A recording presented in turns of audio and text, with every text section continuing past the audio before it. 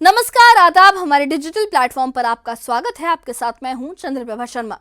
कश्मीर के कुलगाम जिले से एक ऐसी खबर है जो ना सिर्फ सुरक्षा बलों की बहादुरी की दास्तां बयां करती है, बल्कि इसके साथ ही सियासत के गलियारों में भी तूफान खड़ा कर रही है। जी हां, कुलगाम के अखाल गांव के घने जंगलों में आतंकियों और सुरक्षा बलों के बीच चल रही मुठभेड़ अब कश्मीर घाटी की सबसे लंबी मुठभेड़ों में से एक बन चुकी है। 4 दिन से जारी इस ऑपरेशन ने न सिर्फ जंगल के मैदानों को गरमाया है, बल्कि सियासी हलकों में भी गर्मा गर्म बहस छेड़ दी है। नेशनल कॉन्फ्रेंस, पीडीपी और बीजेपी के बीच तीखी बयानबाजी का आलम है, जहां हर कोई अपनी अपनी दलीलें पेश कर रहा है। एक तरफ आतंकवाद के खिलाफ जीरो टॉलरेंस की बात हो रही है, तो दूसरी तरफ शांति और बातचीत का राग अलापा जा रहा है। एनसी अध्यक्ष फारूक अब्दुल्ला और महबूबा मुफ्ती जैसे नेता इस मसले पर खुलकर अपनी राय रख रहे हैं, तो बीजेपी ने भी अपने तीखे तेवर दिखाए हैं। आखिर क्या है ये पूरा मामला? इस एनकाउंटर का पूरा माजरा क्या है? क्या कश्मीर की वादी में अमन का आलम कभी लौटेगा?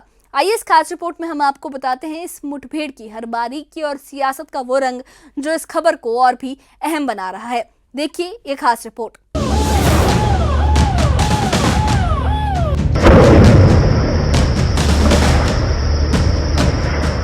कश्मीर के कुलगाम जिले के अखाल गांव में घने जंगल में छिपे आतंकियों के खिलाफ सुरक्षा बलों का अभियान चौथे दिन भी जोर शोर से जारी है।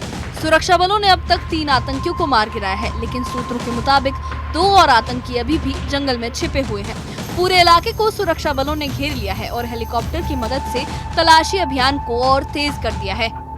ये मुठभेड़ अब कश्मीर घाटी के हाल ही के वर्षों में सबसे लंबे समय तक चलने वाली मुठभेड़ों में से एक बन चुकी है। इस एनकाउंटर ने न सिर्फ जंगल के मैदान को गरमाया है, बल्कि सियासत के गलियारों में भी हलचल मचा दी है। नेशनल कॉन्फ्रेंस के अध्यक्ष फारूक अब्दुल्ला ने इस मसले पर गहरी चिंता जाहिर की है। उनका कहना है कि मुझे बहुत दुख होता है जिस तरह से हम आगे बढ़ रहे हैं। इस मुल्क का भविष्य क्या होगा? मैं नहीं देखता कि शांति आएगी। हम एक भ्रम में जी रहे हैं कि शांति रातों रात आ जाएगी। हमारे पास ताकतवर पड़ोसी हैं, चाहे वो चीन हो या पाकिस्तान। हमें कोई रास्ता निकालना होगा। जंग कोई हल नहीं है। आखिरकार आपको कलम का इस्तेमाल करना होगा और बातचीत करनी होगी। मिलिटेंसी खत्म हो गई है यहाँ पे। मिलिटेंसी ना खत्म हुई है ना खत्म होगी। जो ये समझते हैं कि मिलिटेंसी खत्म होगी, मैं उनको दावा देता हूँ इस वक्त कभी मिलिटेंसी यहाँ खत्म नहीं होगी जब तक हमारे पड़ोसी और उनके हालात बेहतर होंगे। वहीं पीडीपी नेता महबूबा मुफ्ती ने भी अपनी राय रखी है। उनका मानना है कि जब तक सरकार पाकिस्तान से बातचीत का रास्ता नहीं अपनाएगी, ऐसे एनकाउंटर होते रहेंगे। दूसरी तरफ बीजेपी ने आतंकवाद के खिलाफ जीरो टॉलरेंस की नीति दोहराई है। बीजेपी नेता तरुण चुग ने कड़ा रुख अपनाते हुए कहा कि पहलगाम हमले के बाद अब तक 21 आतंकी मारे जा चुके हैं। अब एक भी आतंकी नहीं बचेगा। जो भी भारत के खिलाफ हथियार उठाएगा वो जिंदा नहीं बचेगा। कि एनकाउंटर पहले भी होते थे, अब भी हो रहे हैं और आगे भी होंगे, मगर एनकाउंटर से बड़ी इतनी जंग होगी हमारी। जंग के बाद फिर सीज फायर करना पड़ा। तो इसका मतलब ये है कि जब तक आप रिकंसिलेशन, डायलॉग, डिबेट नहीं करेंगे, आपस में डिस्कशन नहीं करेंगे, ये एनकाउंटर भी चलते रहेंगे और खुदा ना खास्ता हम हमेशा जंग के दहाने पे रहेंगे।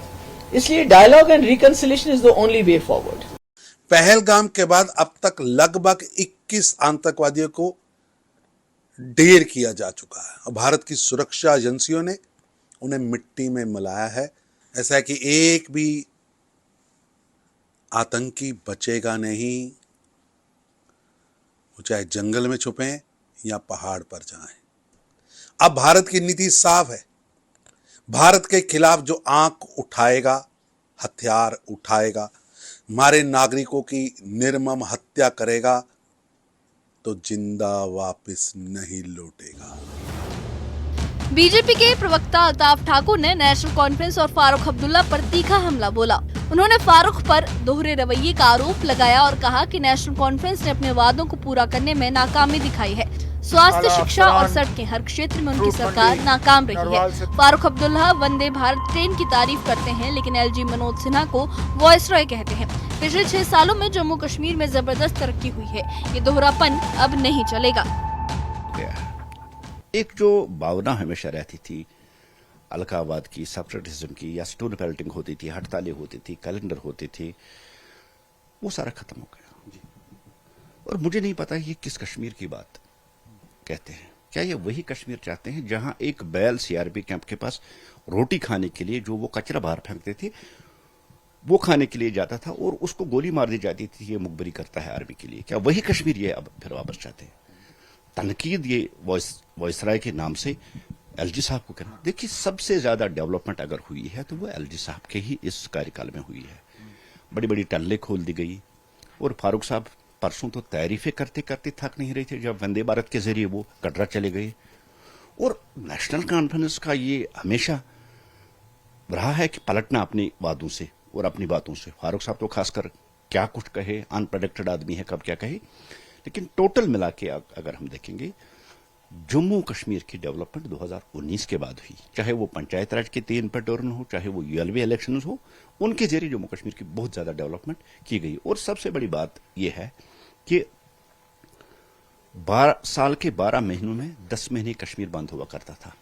आज ना कोई हड़ताल है, ना कोई कर्फ्यू है, कुछ भी नहीं है। आज शांति के साथ लोग इज्जत और एक जो डिग्निफाइड लाइफ हम कह सकते हैं, इज्जत के साथ जम्मू कश्मीर के लोगों को 2019 के बाद ही इज्जत से लाइफ गुजारने का हक मिला है।